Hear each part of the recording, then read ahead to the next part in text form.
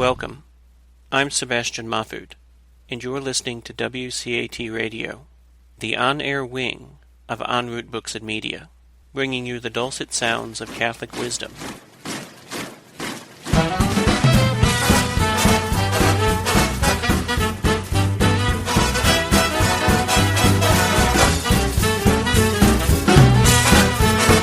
Well, a good Monday afternoon to you, and welcome to Faith and Sport here in 2020. We're kicking off a brand new year of Faith and Sport.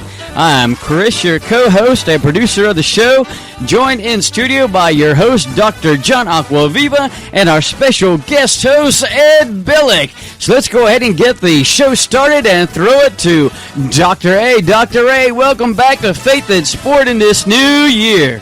Chris, hey Ed, hey everybody, thank you for joining us today. However, wherever you are listening, here's what we're going to do today. We're going to have our hit and miss with Ed. Our guest is Fr Conrad Murphy. He is a Catholic priest in the Archdiocese of Washington DC, and he's going to talk to us, Ed, about marathon and prayer and the relationship between those two things. I know the look on your face is the same look I had in my face when I talked to Fr Conrad, but we're going to bring him on. We'll see what he has to say.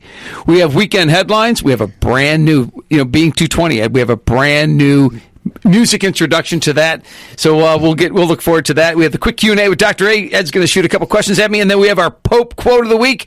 Ed Billick, Happy New Year, brother. Happy New Year to you guys, Chris, John. Thank you. 2020, it's our version of the Roaring 20s, and Chris started us off. I was ready to do a little boogie here. This is the Roaring 20s. Let's start. Ed, how was your Christmas break? Like, what was the highlight since Great. Christmas Eve? My son. You guys go to Christmas Eve Mass or Christmas Day? We went Christmas Day. Got it. Because my daughter, her husband Trevor, and the little baby, the grandchild, was how old's over. he now? He is 4. He's 12 weeks old. He's 12 weeks old. He's smiling. I know. He's laughing. He's turning his head.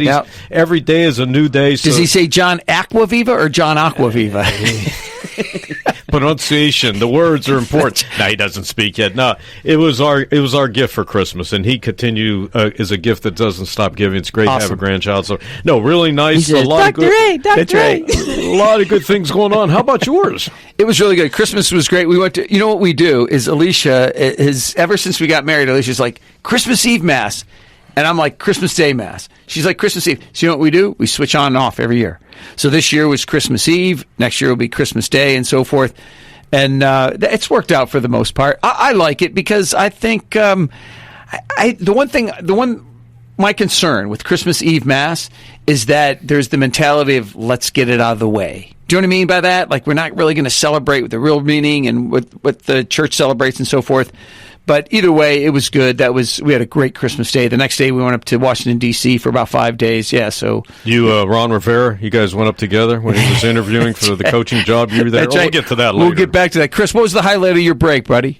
Yeah, that was one of my highlights here. That John, former Carolina Panthers coach Ron Rivera is now now the head coach for the Washington Redskins. That's Redskins. Right. So hopefully he's going to go up there and turn things around for the Redskins. I think he's going to do good stuff. The only thing is Mr. Snyder can't meddle, right? Him and Jerry Jones, they happen to be in the same division in the same sport, but there's no two other owners in any sport anywhere that meddle more in their team's doings than Jerry Jones. It's like a fresh start, fresh new year, fresh this, fresh that. So the Redskins have an opportunity with a fresh look with Rivera, even though he's taking some of his coaches with him, so be it. We're waiting here in Carolina to see who's going to be our new head coach. I see today that the Cowboys hired Mike McCarthy. Good for them. So a new day for the Dallas Cowboys, and that's the last I'll talk about the Dallas Cowboys. We don't want to hear about that. It's a fresh start. It's a fresh start for Faith and Sport. This is a great thing. In fact, one of the things that I wanted to mention was, and Chris will support me on this. In fact, I think he was all part behind this, is that the show is now on in, what do you say, in rebroadcast? What do you call it? Encore presentation. Encore presentation. Every day of the week now. It's on tonight, and it's on again Tuesday, Wednesday, Thursday, Friday, Saturday, Sunday, and then we have our live version again every Monday. Well, it's nice. People are listening right now. Yep. They can tell their kids, their relatives, their friends, hey, it's on, and Chris will give us the times, or you can go look at the schedule right there on the website. That's the best thing to do. It's on too many times to actually talk about now, Chris. We don't want to waste any airtime on that or use any airtime on that. But yeah, if you go to... The point is, you don't have an excuse to miss Faith and Sport. That's right. Just go to carolinacatholicradio.org. and you can see the schedule. In fact, let people know that you can listen 3 different ways. You can listen AM 1270, you can listen CarolinaCatholicRadio.org, or you can go to the app, Carolina Catholic Radio Network, and just download that. In both cases, on the website, on the app, just hit listen live. And you can listen anywhere in the world. Bluetooth it through your car, Bluetooth it through the house. That's right. It's a wonderful thing. Well, listen, in a couple of minutes, we have Father Conrad Murphy from the Archdiocese of Washington going to join us to talk about the relationship between prayer and marathon running, because he's a marathon runner. But before we do that, let's do our hit and miss of the week. As always, buddy, you go first, Ed. What's yours? Normally I'm a positive guy, but I got a miss here. And even though I was pulling for the Vikings yesterday. Why were you pulling for the Vikings, by Just because I don't care for the Saints. That's a good reason, right, Chris? Being a Carolina Panther fan, I don't like the uniforms of the Saints. I like the uniforms. They're very saintly. They are very gold saintly. and white, gold, frankincense, and myrrh. That's right. That was yesterday. Yeah, that's right. That's different, with my Epiphany. But anyhow, John, help me with this. So whenever I can't remember his name, who caught the football for the Vikings, as he's going down, his knee hits the ground, and then Adam Thielen, maybe? As he's completing the play, he pops the ball up in the air. The New Orleans Saint grabs it and runs it for a touchdown. And I'm going, oh, jeez, here we go. The Saints score. They're going to win because it was late in the game. But they called it back because they said the play was down. I mean, when we were kids playing football, the play wasn't over until it was over. That's right. The play here, they're saying, okay, just because his knee touched the ground, the ball is down. Ball's dead, yeah. That's... So here I'm not spending a lot of time congratulating Kirk Cousins and the Vikings and all the great things. It's these replays, where did that rule come from? Scratching your head. Was there pass interference at the end? We won't even talk that. I don't know if there was or not, but this kind of subjectivity, it takes a lot of time. You get excited. You even made a comment to me about the game of football where you get so excited, then all of a sudden, no, it's not. Just wait for it. Yeah, when a long play happens, especially a touchdown happens, as a buddy of mine said, and he is a gambler in fairness to the situation, so it's a little different, I think, when you're gambling on a game. But it's true when you're watching college, but especially pro football, when a score happens or a long play happens, there's like this hesitation with everybody that just goes, is this play going to stand, right? And you just look for the corner of the TV screen in which flag pops up, because it just seems more flag happy than anybody. And everybody thought they're going to be doing us a favor by going to the review and replays, and it just seemed to have ruined the game and not helped the game. Could you imagine going into the confessional and doing replay on all your sins and a priest said, well, let's take it to replay. We'd be in there, a guy like you and me would be in there for hours. That's right. In fact, we would definitely hear the words from the priest as, you've done what? But everything is replayed. That, to me, is a miss. I don't know how we fix that with the precise the video quality we have now, and every little hiccup, every little burp is called for a replay. It just takes a little bit of fun out of the game. No, I agree, and it's part of the problem with football, and they're determined to get it right, and I think they just keep veering further and further away from getting it right, in the sense of there needs to be a balance with keeping the game moving and trying to get it right. And the irony is, I've said this many times in this program, the irony is they still get it wrong. They'll review the tape, and I'll go, he dropped it. And they're like, after further review, he caught the ball. And I go, what tape were you watching? And then you get so exhausted, okay, move on. We got to win the game in another way. How about your hit or miss? You got one? Yeah, I do have one. And I approach this gently, and I think you can help me walk through this. This is a minefield of sort, but it has to do with what happened in the semifinal playoff game in college football. The game was between LSU and Oklahoma. And hours before the game, there was a plane crash, and the plane on board was the daughter-in-law of the offensive coordinator for LSU. His name is Steve Ensminger, and his daughter-in-law, Carly McCord, was on that flight, headed to the game. She's a reporter. She's a journalist. She was headed to the game. Plane crashed. She was one of the 5 people who died on that plane. And my miss has to do with the fact that, and I'm gonna backtrack. I'm just struggling with the fact that he insisted on calling the game afterwards. But you mean the offensive coordinator decided to go to the game? Yeah. And he was at the field, of course, and he just decided to stay there. And I was frustrated at first with hearing this. And this is a quote from his son, right? Steve Ensminger Jr. He said, I didn't have my phone, and she sends me a message saying she loved me. It is by far the most pain, angst, and terror and darkest time of my life, and I honestly don't know how long it will last. Right? So this is a guy that's struggling. He's the love of his life has been killed probably in the previous minutes that he posted this on social media. And the coach, he decided to stay at the game. And to put this in perspective, I called Joe Reich. He's the head coach at Wingate University. He's been on this show. Frank Reich is his brother who coaches the Indianapolis Colts. And I asked Joe, and I literally called him just for this reason. I said, Joe, put this in perspective. And he goes, John, this is a tough one for sure. And I said, listen, Joe, if your son is married and just before a game she's killed tragically, don't you leave that game? Like, shouldn't you leave the game to go support your coach? And he goes, that's true. He said, when you put it in those terms, it does make more sense, and it does kind of shade a bad light on Ensminger. But he said, you don't know what was in the heart of Ensminger, and it's quite possible. In fact, I think Joe said something along the lines of, if you ask me, probably his son said something like, Dad, you're at the game. This is a big deal. You've been coaching all year for this. We can talk after the game. Just be the offensive coordinator. As a good Catholic, and all of us try to practice our faith in such a tremendous way here, you have trade-offs. You have to decide what's best for your family, what's best for others. And did his son say to himself, listen, he can't do anything to help me. I'll be okay. We'll console and grieve later. Let him go on and do his work. Did the coach think, keep my mind off it? I don't know how I could do my job and still not be thinking tremendously about the heartache that we're about to endure. So that's right. I don't know. I think we all deal with these kind of things. I think you just have to say a prayer. Maybe he did. I don't know, that he's made the best decision for himself and for his family. No, you're right. And that's good insight. You put it in perspective, and I think Joe put it in perspective. My wife, Alicia, put it in perspective. And you guys all pretty much said the same thing. We would all probably do something different, or we might ultimately do something along the same lines, but we would have our own way of dealing with it, especially one-on-one outside of the public's eye and so forth. But the reason I'm bringing this up is that this is just... So you think it was a miss, or you're just not so sure? I'm not so sure. It's just that I think often in our society we tend to take things out of perspective in the light of sport, right? We tend to see it as something that's so important, that's too important, it's the most important thing in the world. And of course, it's not, right? It has its role. It's people's jobs like it is for this guy. This guy gets paid a lot of money to be the offensive coordinator for LSU.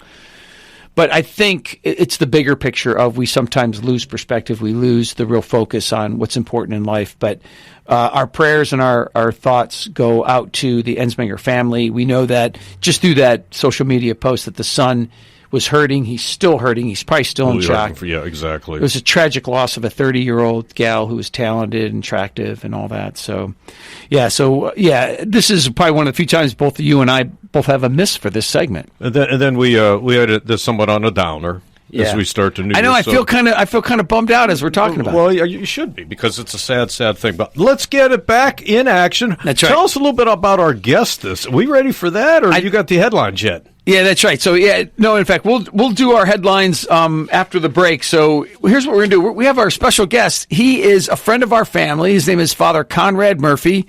He's on the line with us right now. He's a marathon runner. But he's also, of course, a priest in the Archdiocese of Washington, D.C. Conrad Murphy, Father, welcome to the show. How are you doing today? I'm doing well, John. Thanks for having me. This is great. Now, Father, are you back in Washington, D.C., or are you traveling right now? I'm traveling. I'm at a Chick-fil-A in Delaware. But right before we get started, when you're running a marathon, Father, how many rosaries do you say? Yeah. Go ahead. Glad to have you on the show. Okay. You suffer quite a bit, so you offer those sorrowful mysteries up. Sorrowful. That's very good. Now, Conrad, put it in context for our listeners here. Okay, first of all, a marathon is 26.2 miles, and when you run the marathon, and this doesn't necessarily matter to our conversation, but how many marathons have you run? I've done 3. I'm working on my 4th right now. And when's this 4th one coming up? In February. Got it. Okay, so it's just a month away. And it's 26.2 miles. In the previous 3, do you run throughout the whole 26.2 miles, or is there a break you take? Oh, no. You run. I mean, sometimes you'll walk through the water stations or something like that. Yeah. my first marathon was such a disaster.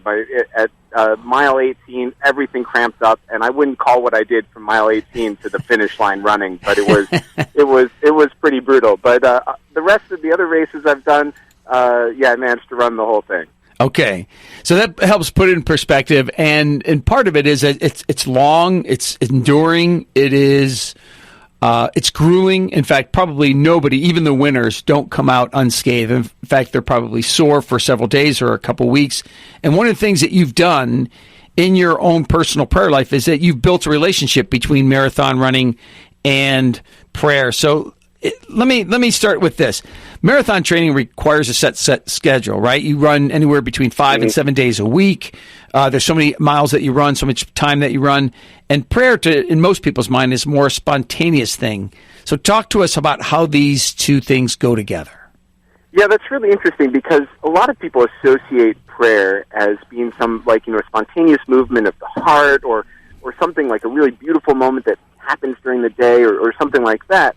And marathon running is such just a grind it out, put in the miles, whether you feel good or not, force yourself to get out of bed early and put those, 10, 15, 20 miles on the pavement. Yep. And in reality, prayer requires that same level of discipline or that same level of planning. Yep. Because like any relationship, you need to spend time with the person that you want to get to know better. It's not just pure spontaneity all the time. If I went about my life with my relationships and just hoped that I would kind of stumble into a good moment or a good moment with a friend, then I wouldn't have very deep friendships. You have to force yourself to spend the time with the person, and sometimes that's delightful. Sometimes when you're training for a marathon, it's wonderful. You're having a great day. You feel like you're in a Nike commercial. You're out early, and the sun is rising, all that kind of stuff. Sometimes it's horrible. In fact, a lot of times it's horrible. But you got to do it because otherwise you won't be able to run the race. So your physical adrenaline kicks in. So you're saying there is a spiritual adrenaline that could kick in?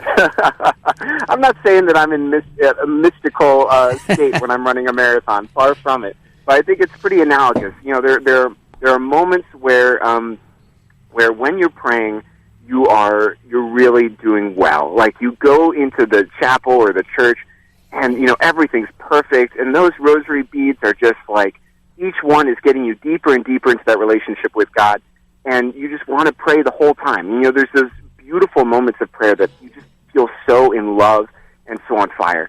And then there are other moments where you don't feel like praying. You go to the church, and you're just like, I got to think about, what I've got to get at the store after this, and I got to do this, and I've got to do that, and I don't really want to be here, and, I'm not hearing anything. And that's okay, Yeah. In fact, a lot of our prayer is like that. But if you just prayed just for the moments where it feels great, you're not going to have a great relationship with the Lord. But right. If you enter into it with your whole heart in every moment, and really give your whole self, no matter how you feel or what's going on that day, it just is so much more transformative. Very good. Folks, we're talking with Fr Conrad Murphy. He's a priest in the Archdiocese of Detroit, and Archdiocese of Washington, D.C. Not Detroit. I know. In fact, that's my home. For some reason, it just came out. It just shows that you can pull me out of Michigan, but it'll never be out of my heart. But no, Fr Conrad belongs to the Archdiocese of Washington, D.C., where he serves as a priest, and he's a marathon runner, and he's talking to us about the relationship of marathon running and prayer. Folks, you join us for Faith and Sport. Remember, you can also tap into, if you're listening on AM 1270, you can tap in on carolinacatholicradio.org or through the app Carolina Catholic Radio Network. Fr Conrad, let's continue our conversation here on marathon running and prayer. Let's talk about feeling. You mentioned this off air to me. Anyone who's trained for a marathon knows that you don't often feel great while running. How is this like prayer? And I think you actually already mentioned that, but take us through there a little bit more. Like, in particular, what is it like? Like, a lot of people hit the wall. They run out of glycogen is what the stored energy is referred to. So in the anywhere between the 16th and the 20th miles, most people, they hit this wall of the 26.2 miles. Tell us how it physically feels at that point. It is the worst. It's grueling. Well, yeah. It really is, and especially if you haven't trained well or if you haven't eaten well beforehand, it just becomes sheer endurance and just pushing yourself.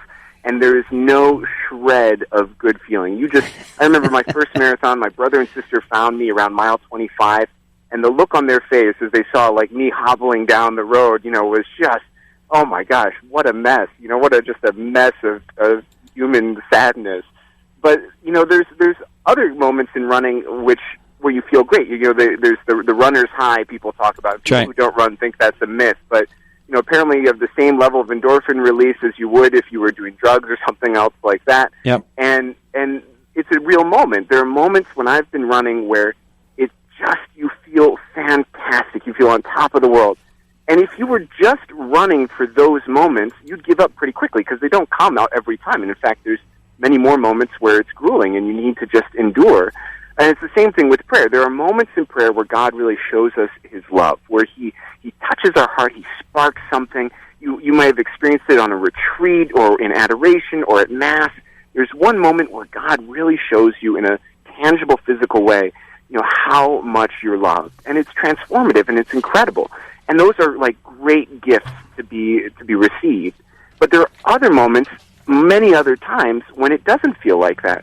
And it's the same thing with a relationship of love. If your relationship of love is just based on the honeymoon phase, where you just feel wonderful and everything is romantic and beautiful, well, then that relationship is not going to be very deep and it's not going to last very long.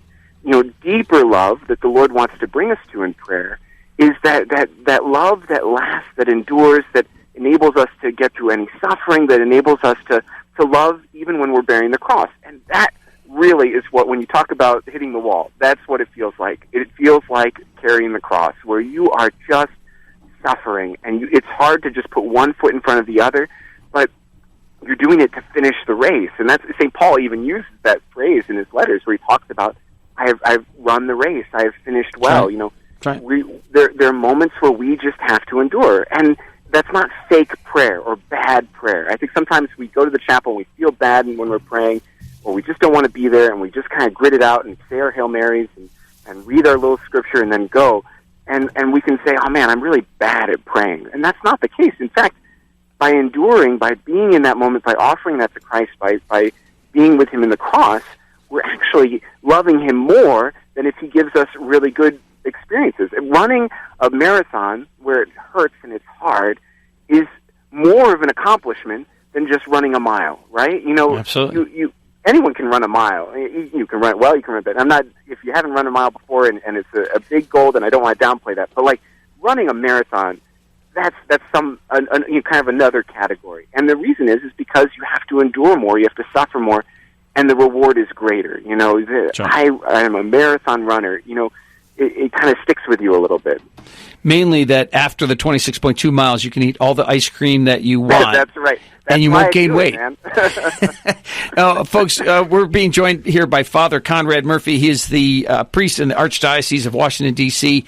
And Fr Conrad, you're talking to us about the relationship between marathon running and your prayer life and prayer life in general. But let me ask this. In those times that it's most grueling in your 3 previous marathons, do you call upon the Lord to give you strength to finish that marathon, or are you just completely separating these two and just making an analogy between the two?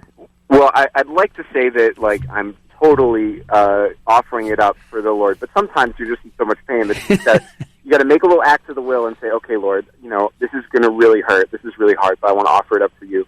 When I was in seminary, we did this run we called it the Roman Run, where we got 2 teams of guys and we ran across Italy. One started on one coast, the other started on the other. We met in the middle. And on that run, as we were running, we carried the names of persecuted Christians in the Middle East. And we offered up our suffering, our pain, the miles for their intentions. And I think that that's a great way to run any race. Is anytime we have some sort of physical discomfort or challenging thing ahead of us, we can always offer it up as an act of love. And that's what I try to do in my marathons. Now, St. Thomas says that sometimes you can't pray when you're doing something else. Just physically it's too hard. So what you do is you make that act of the will beforehand, and you say, okay, Lord, I'm going to suffer here, I know it, and I'm going to offer it up as best I can to you. And he's going to take that. You don't have to be in, a mystical contemplation while you're suffering running a marathon. It's probably not going to happen. But if you make that act of the will, where you offer it to him, he can use that, wholeheartedly. Sure. Folks, we're talking to Father Conrad Murphy, priest from the Archdiocese of Washington, D.C. You're listening to Faith in Sport. This is our first show since the new year hit. I'm Dr. John Acquaviva. We're being joined in studio by periodic co-host Ed Billick. Thank you for joining us today, and Happy New Year to everybody. And we have a couple more minutes with Father Conrad Murphy. Father, in a more practical sense, how simply put, how do you prepare for a marathon? How many months is the training leading up to a marathon? And give us some specifics on like miles and how much time you spend in the lead up weeks to the marathon. Yeah, so running a marathon is one of these things where it takes a significant amount of commitment beforehand. And actually, it's one of the reasons I run is I love the training so much, and it gives you a goal at the end that you can accomplish. But I usually run 5 to 6 days a week. With my schedule as a priest, that usually means I have to do it late at night or early in the morning. And I run during the week. You run anywhere, like today I had to run 6 miles. Tomorrow I have to run 10 miles. Anywhere from 5 to 10 miles on days in the week, and then your long run is usually on the weekend. That's right. And you usually build up to about 20, 21 miles while you're training at any given time, which, when you finish a 20-mile run, you feel pretty accomplished, but then you think, oh, my gosh, on the race day, I'm going to have to run 6 more miles. How the heck am I going to do this? But you build it in. You teach your body how to endure in those difficult moments. You teach your body how to eat while you're running, how to process things, how to get through the pain and see the finish line, and you have to really commit to that schedule in order that you have the power, the endurance, the ability to finish the race. And I think that's another place where we could talk about the comparison with prayer. If the finish line of our lives is a life with God in heaven, then we need to prepare for that moment in heaven. We need to prepare for a life devoted to loving our Lord for all eternity, and we do that by prayer. And so that way, when you run the 20 miles beforehand, so that when you hit the wall, you know how to get through it. And it's the same thing with learning to love the Lord in prayer. You learn to love the Lord by practicing prayer, by sticking to a schedule of prayer, in order that when the difficult moment comes in your life, when you have a tragedy or you have some sickness or suffering, that prayer doesn't go by the wayside, but that you've built that relationship, and you can endure, and you can love, and you can grow even in the midst of difficulty. And so that's another place where marathon running or running in general has just such great parallels with our spiritual life. Absolutely. Father Conrad, I see a book coming out of this relationship that you've developed between marathon running and prayer, or at least a 3 or 4 page article for Catholic Digest. What do you think? Okay, I don't know about that. I think there's probably better people to write that than me. But it is. I think it's helpful. It's helped me, that's for sure. One more practical question, or another practical question, I should say. Okay, so you have your 4th one coming up next month. By the way, which marathon is this in February? That's going to be, I have a friend who's a military chaplain down in Texas, so I'm going to visit him and run the Austin, Texas Marathon. There you go. Okay, so this would be your 4th one, and your first one was how long ago? My first one was 4 years ago. Okay, what's one significant change that you've made in training, preparation for the marathon that you did this time, that you will do this time, that you didn't do the first time that you wish you did? Oh, okay. So the big one is learning to pace yourself. I tend to go out way too fast at the beginning. And we do that in prayer too, not to keep doing that, but sometimes we think I got to turn into John of the Cross right away. Yep. But I don't pace myself well. My first marathon, I flew through that half marathon. It was my fastest half marathon. And then when I got to mile 18, everything collapsed. That's right. And my second marathon, third marathon, I ran with a pace group. It was a lot more disciplined, and I just had so much fun. And I was like, oh, this race can be enjoyable. It can be great. I had such a good time. And so my goal for this race is to run at a nice pace and to enjoy it. And especially it's in a new city I've never been to, to really just enjoy the moments and the people and the experience and seeing a new city and to pace myself well. And so I've been practicing as I've been training with pacing on my long runs to try and mimic what I would do in a marathon. and so far it's still challenging, but it's gotten a little bit easier. Yeah, you're right. It's never easy. It just gets easier through good eating and good training and so forth. Folks, this is Faith in Sport. I'm Dr. John Acquaviva. We're being joined by Father Conrad Murphy. He is a priest in the Archdiocese of Washington, D.C., and we just have a couple more minutes, and he's talking about the relationship and the analogy between marathon running and prayer. And, Father, is this now, I know that the next marathon is just a little over a month away, and it's your fourth one, but is this something that you foresee continuing in the future? Like maybe, say, 10 years from now, you'll say, I've run 8 marathons, or are you nearing the end with marathon running? You get hooked to it, you know. When I did my first marathon, I did it just to say I had done it. And then I thought, you know what, I should do another one because my first one was so bad. And then after that, I was like, I really enjoy doing it. So I'm hoping I can continue.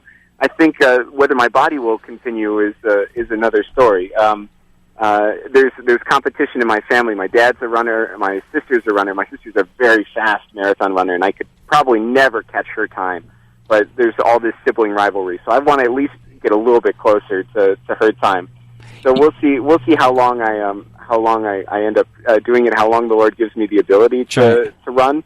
But I just love it. I love the training. I love the experience, the day of. It's just such a wonderful, fun thing. And I know from the outside, people think you're crazy if you say that. You know, how could running 26 miles be something that's fun? But it really is. It really is such a really wonderful experience. That's right. You wouldn't do it otherwise. You know, it's interesting. Yeah, that's for sure. I never thought about this before, but when you're talking about half marathon and so forth, you know how it's been stated that marijuana is the gateway drug into other worse drugs.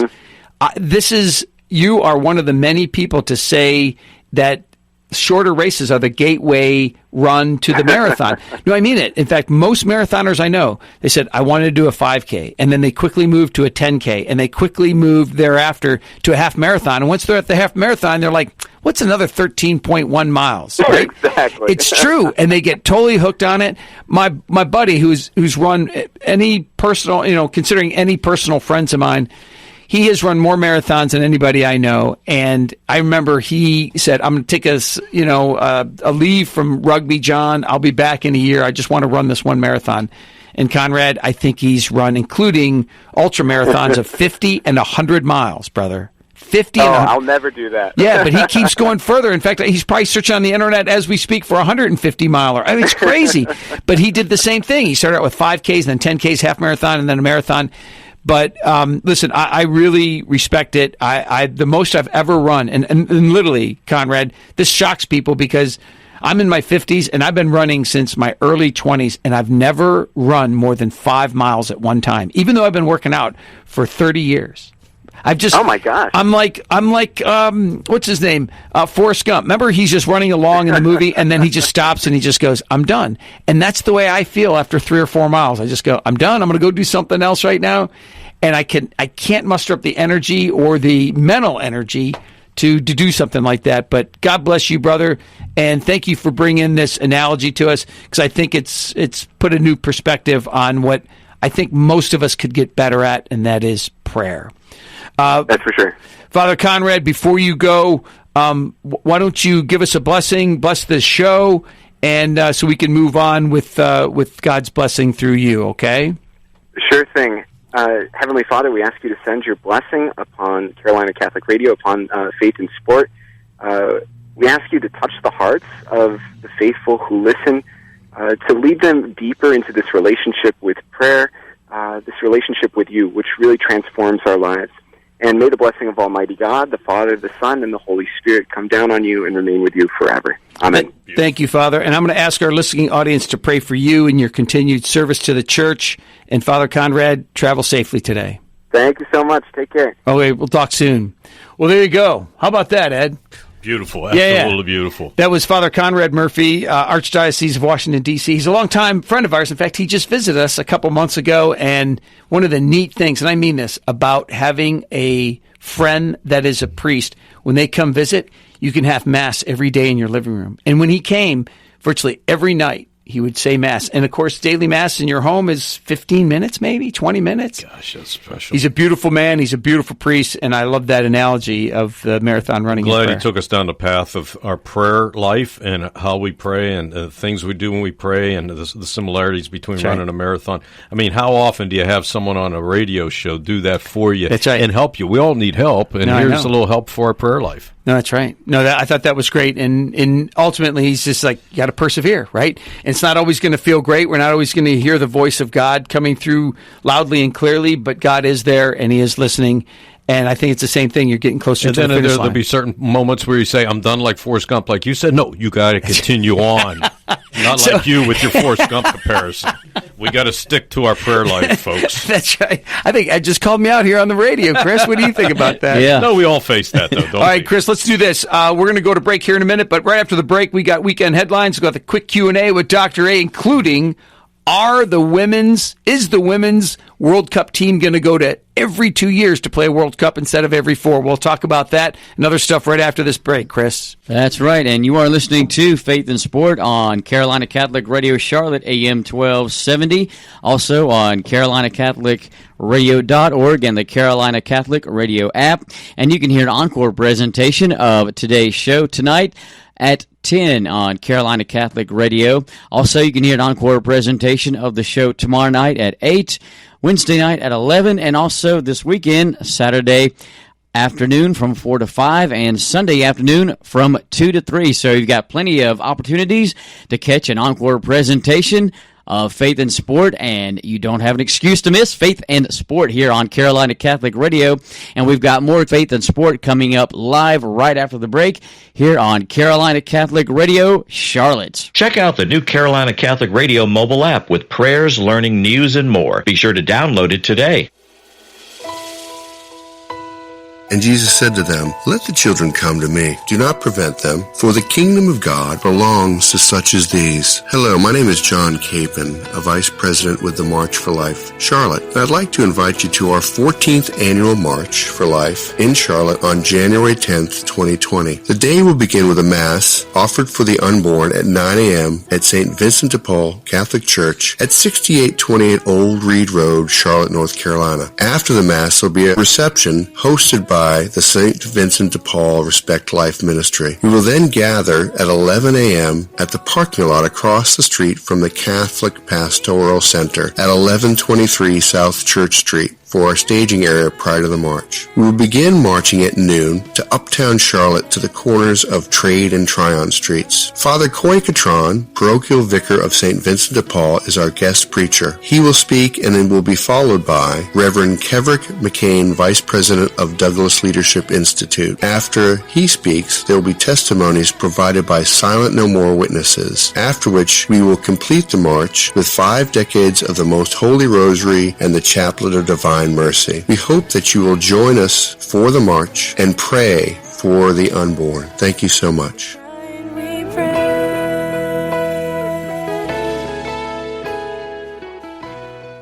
Hi folks, Dr. John Acquaviva here, host of one of the local shows on Carolina Catholic Radio called Faith and Sport. I invite you to check out my new book, Improving Body Image Through Catholic Teaching. This book is meant to address one of our culture's silent soul killers, feeling terrible about how we look. But remember, God has something to say about this as well. That's Improving Body Image Through Catholic Teaching, available at tanbooks.com or Amazon. And be sure to join me each Monday at 2 p.m. for Faith and Sport.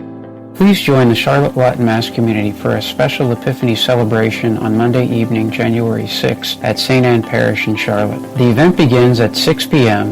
with a special traditional Latin Mass, which will feature beautiful Gregorian chant. After Mass, you can pick up Epiphany home blessing kits, which contain blessed salt and chalk. Additionally, special Epiphany holy water will also be available. Epiphany holy water is a special, spiritually powerful type of holy water only available during Epiphany, so be sure to bring your empty water bottles to fill. So come out. The event begins 6 p.m. Monday, January 6th, at St. Anne Parish, located at 3635 Park Road in Charlotte. For more information, please visit charlottelatinmass.org. Again, that's charlottelatinmass.org.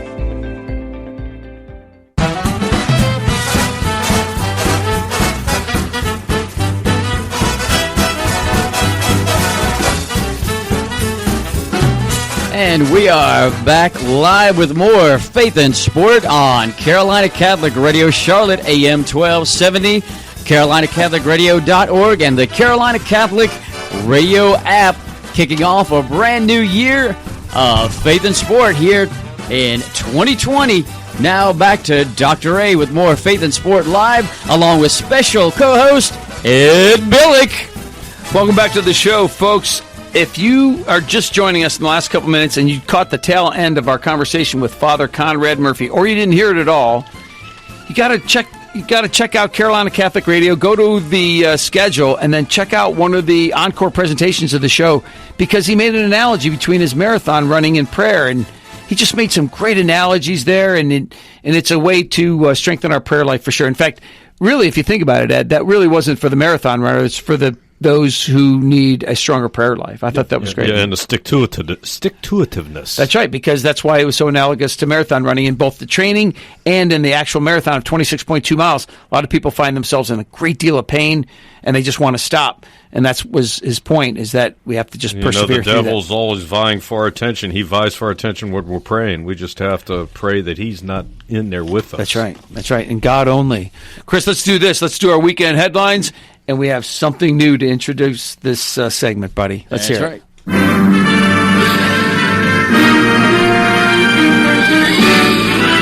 Spanning the globe to bring you the constant variety of sport, the thrill of victory, and the agony of defeat. It's time for Weekend Headlines with Dr. A on Faith and Sports. Here we go, folks.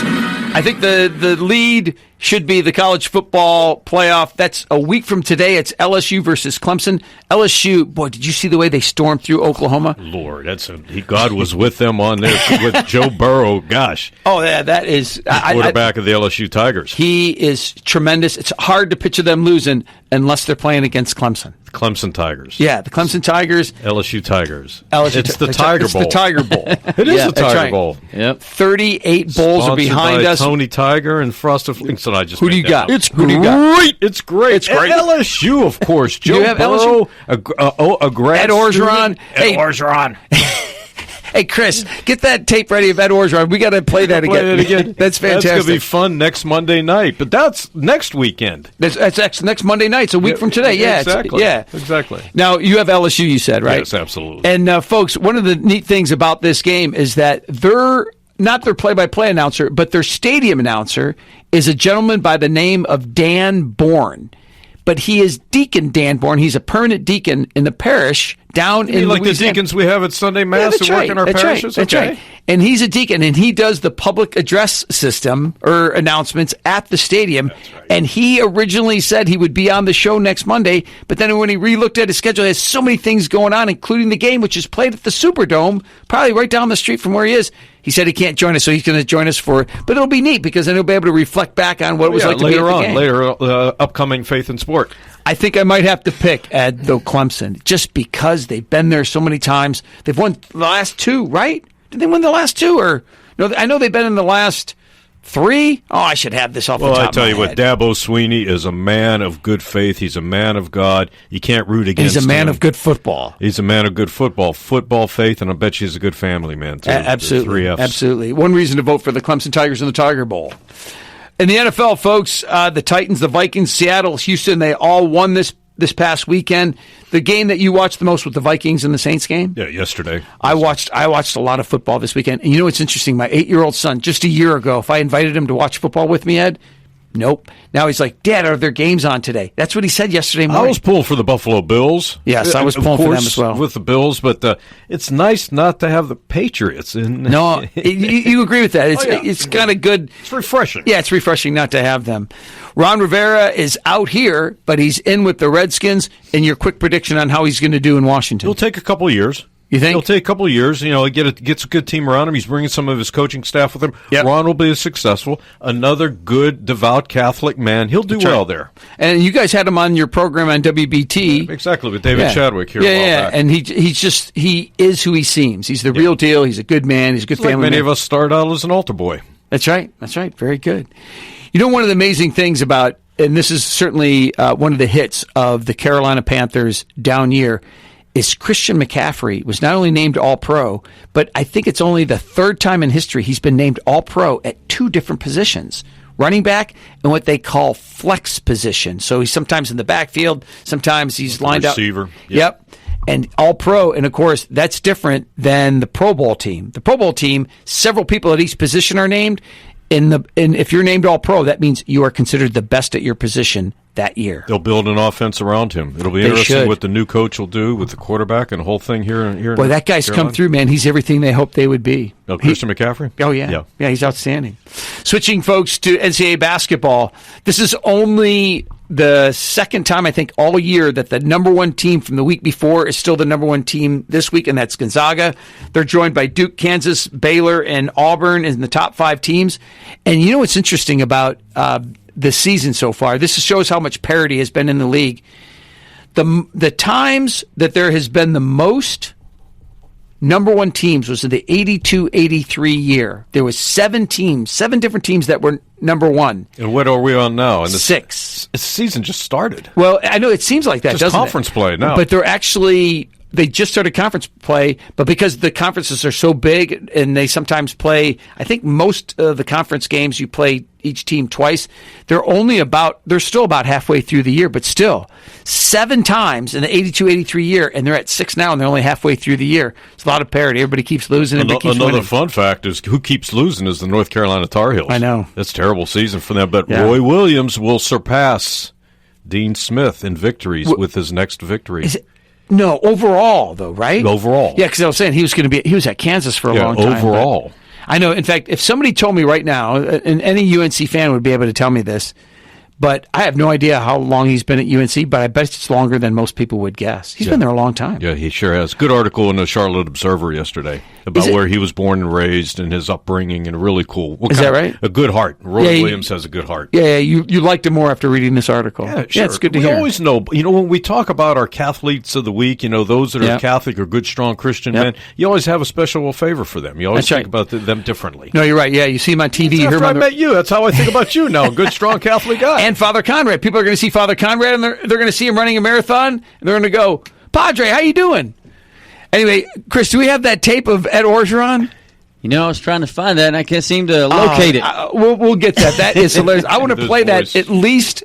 I want to, if you can find it today, and next week we're going to play it as well, because I was like a school kid the other day when we were playing that. I was giggling the whole time. Being a voice artist like you are, I wonder if he has a problem, or is there just some content in there? You remember Johnny Most that broadcasted for the Boston Celtics? Yeah, you can show our age. Yeah. You know why he yelled for a long time? They found out he had earplugs stuck down his ear canal. It was down there for like 5 years when he put like one of those earplugs in there. Is that right? Yeah, he's talking like this. That's right.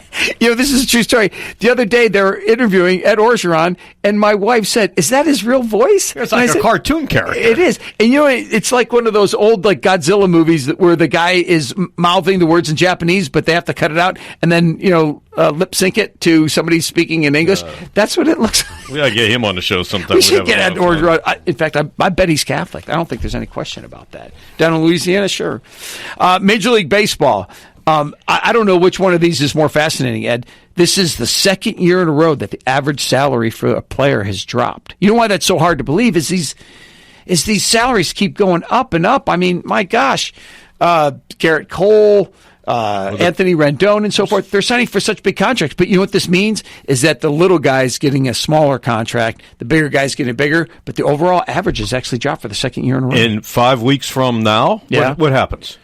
I think I think we're 3/4 through the hockey season. No, pitchers and catchers report. Spring is almost around the corner. I know, it's amazing because right now, as soon as January 1st hits, Ed, you could literally say baseball starts next month. It's crazy. A power poll was released today. It's the Yankees, Dodgers, Astros, the Twinkies, the Twins, fourth, and the Devil Rays. It should be the Angel Rays. I know that. Devil Rays. No, I'm surprised. The Rays. They just call them the Rays. I'm surprised the Rays are. I'm surprised the Rays are in there, but the other 4, that doesn't surprise me at all. We're big baseball fans. We are big baseball fans. Yeah, but in fairness, Ed, how many people, if they don't like baseball, man, how they dislike it when you talk about how long it is. They're like, just please end, and it is long. I mean, think about it, right? It starts in February, and it doesn't end until sometimes the November. 1st of November. Yeah. That means the only months there's no baseball is December and January. Well, the game itself, you always say it's a national pastime. You were the one to help me understand. That's how you pass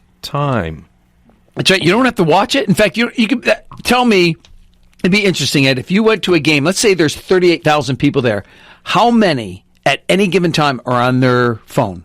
I would say at least half, probably. They're passing time. They're enjoying passing time. The food, the beverages, and all. I know we didn't want to get into baseball now. No, I know, but that's fine. It's a national pastime. Okay. There you go. Very good. What else is going on? Spanning the globe for the constant variety of sport. I like that. Did you like that intro? Something new for 220. Okay, so let's do this. Let's switch gears to the quick Q&A with Dr. A. You got a couple questions for me, brother? Shoot it at me. Well, you know what's interesting? We know the injuries, but what in the world has happened to the Golden State Warriors? Yeah. What's their record? They are, I don't know. Let me see. I want to be official here, even though too many things I've said. I don't really know the answer to that. Gosh, they're 9-28. 28. Wait a minute. I know. And they had good players. Oh, who's out? I know. Well, let's try to make sense of this. Everybody's out. They're 9-28. It's the second worst record in all of the NBA. And the reason that this is such a shocker, Ed, is because the last 5 NBA finals, they were in it, and 3 of them they won, including they were in it just last year. Okay, who's missing? Who's missing here? Steph Curry, of course, he's hurt. He's out until next month. Draymond Green is hurt. He's out until next month. Klay Thompson, one of their key players, he's out until basically when the playoffs start. But the big thing is Kevin Durant, right? He was their big player last year. When they got him a couple years ago, they shot right to the top, and it was a big deal if they even lost a game. I mean, literally, they were like 15-1, 30-2, 45-3. I mean, I'm not exaggerating that. They lost less than 10 games each of those years, and they are 9-28. And this is going to be a long season. I'm just not used to seeing it. In fact, on the bottom line on ESPN, it'll have the records of the teams playing. Like, for instance, it'll say Golden State against Oklahoma City Thunder, and it'll have their records. And a couple weeks ago, Ed, after we went off the air for the last time, just before Christmas, it said something like that, like 8-25. And I looked at it and I go, that's got to be wrong. 8-25. You know what I thought it was? I thought it was the date. August 25th. No, I looked at it and I said, wow, they're having a terrible year. But they are a team that is built for greatness. They're just injured. I think the chance of them making the playoffs this year is... Steve Kerr's the head coach, so you get some of these guys back. Do you play them? Do you play them hard? Do you try to save the season, or do you try to get a good draft pick? Well, I know, that's right. I didn't even think of that. But remember, the NBA rules now are built so that you are fined, and the NBA basically slaps you on more than just a slap on the wrist. They fine you if you rest people. But I didn't even think of that until now. This great team that has really good players could actually get better with a high draft pick. I mean, if you have one of the top 5 picks, that can be a difference maker. Oh, absolutely. And if you're a local Charlotte Hornets fan with a 15-23 record, which is better at the beginning of the season, would you say, we got a better record than Golden State Warriors? Now, see, that's one of the reasons I like to have you on the show, brother. You made all of our listeners, who are probably mostly Charlotte Hornets fans, feel better about their team. Yes, we need to be. What's the next question? Now, this is one you teased earlier in the show. I did. And I understand this. Will it be a good idea for the Women's World Cup in soccer to go every 2 years versus every 4? Well, why every 4 now? Well, it's every 4 because it's tradition, right? When it started dozens of years ago, it was every 4 years. It was a way to get all these national teams together. It was the only one of its sort, right? Rugby has started since then. There's other World Cups. Women's soccer has done this. There's women's rugby and so forth. Those are the 4 big ones. There's women's rugby, men's rugby, and then men's soccer and women's soccer. But they're going to be breaking tradition. And there was a comment from the FIFA president, and he said it was a proposal and double the frequency of the Women's World Cup because of its, quote, incredible impact for the development of the game. But you know what I think that is code word for? Let's make more money for these gals. Because they make a lot of money being on that big stage, at least in comparison to what their salaries are. I mean, some of their salaries are, I think, for the most part, less than $50,000 to play professionally. Whereas, Ed, you know that some of the guys that, in fact, all of the guys that play on the national teams for their countries, they probably make anywhere between $5 and $25 million a year. So they don't need to have the World Cup. And I think this is maybe a ploy of sort to get the girls more money. And, of course, what they want to do is they want to elevate the, put a magnifying glass. Notoriety of it all. And yeah. Interesting. And just to be clear, this is mostly a thought. It's probably just gauging interest because, as you know, I think that's one of the things all professional sports do is they put it out there on social media and they want to see what the reaction is. It's called a trial balloon. Yeah, is that what it's called? Yeah, to see if that works or not. Trial balloon. Look at you. A little trial balloon. Chris, how much time have we got left in the show? I tell you, time goes fast here on Facebook. I know, it's amazing. I just want to make sure we have enough time for everything. Yeah, we've got about 6 minutes left. Oh, six good minutes. Dr. A, you got some other good stuff. I want to talk about Belichick and Brady just a little bit. Do you think this is it for them? Tom Brady, the quarterback of the Patriots, they've won 9. They've been in 9 Super Bowls. They've won 6 of them. The whole time he's been with Bill Belichick. You're probably a distant relative to you. Do you think this is it for Tom Brady? I think what Coach Belichick will say to Tom, and as they're having a cold one, they're saying, okay, how much longer do you want to go try your talent somewhere? Okay, we'll sign you to a 1-year deal, but I got to get moving on. I got to see where we're taking this franchise next. Tom, I don't think it's going to be with you, but maybe we need to bring in a backfill and you teach and coach. What do you want your role to look like? Here's where I want my role to look like. But now, Bill, he's 68, 69 years old. Is he? I want to keep coaching. What's Kraft have to say about this? Yeah. I think there's just a big powwow on what they want to do in the next 3 years and then put a plan together. Because Bill, he'll put a plan together. Oh, yeah, there's no question about it. Well, you know what I think? Let's hear it. It doesn't matter to us. Anytime, anywhere, anybody, we're ready to play. So, we're going to be playing Oklahoma, a great football team. You beat Oklahoma. Wherever they tell us to play, we're going to show up and we're going to be ready. I've turned into a little kid again. I'm laughing. He has an opinion, Coach. That's great. That's Oregon, Orgeron. Orgeron. That was very good, Chris. Yeah, that was Ed Orgeron. He's the guy that Chris just pulled it right out. That was beautiful. Maybe he'll be coaching Belichick. That was very good. But continuing down that path with Tom Brady, you know what Kraft said?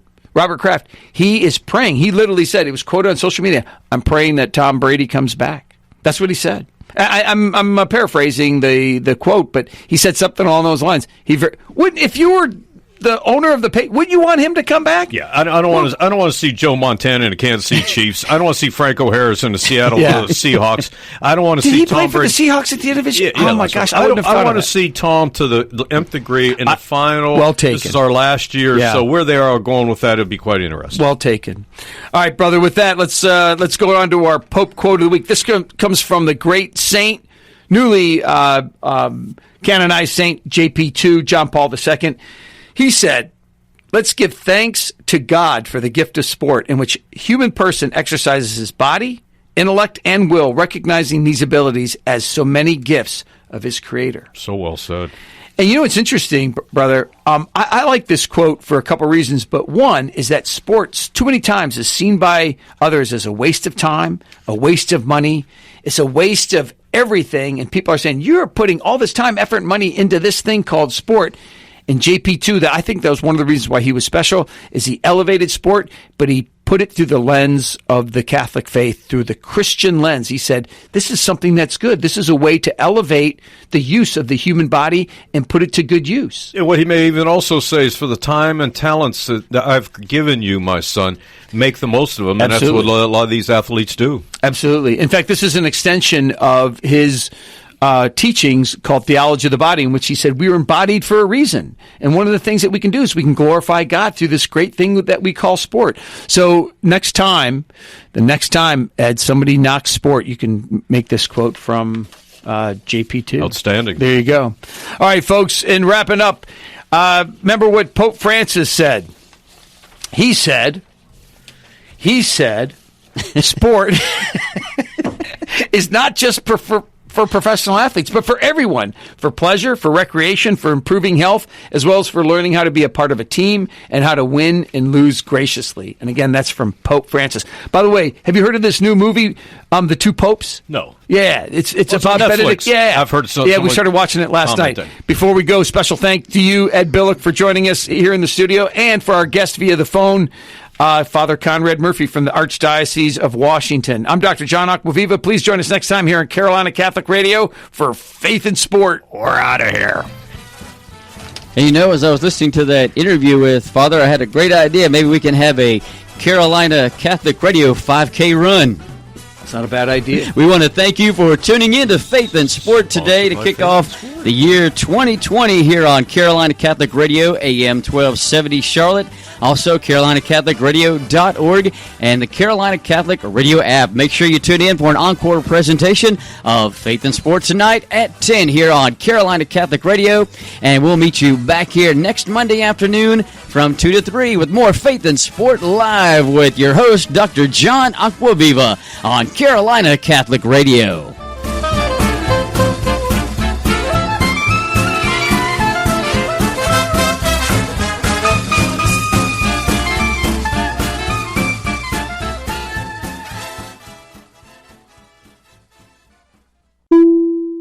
Hello, God's beloved. I'm Annabelle Mosley, author, professor of theology, and host of Then Sings My Soul and Destination Sainthood on WCAT Radio. I invite you to listen in and find inspiration along this sacred journey we're traveling together to make our lives a masterpiece and, with God's grace, become saints. Join me, Annabelle Mosley, for Then Sings My Soul and Destination Sainthood on WCAT Radio. God bless you. Remember, you're never alone. God is always with you.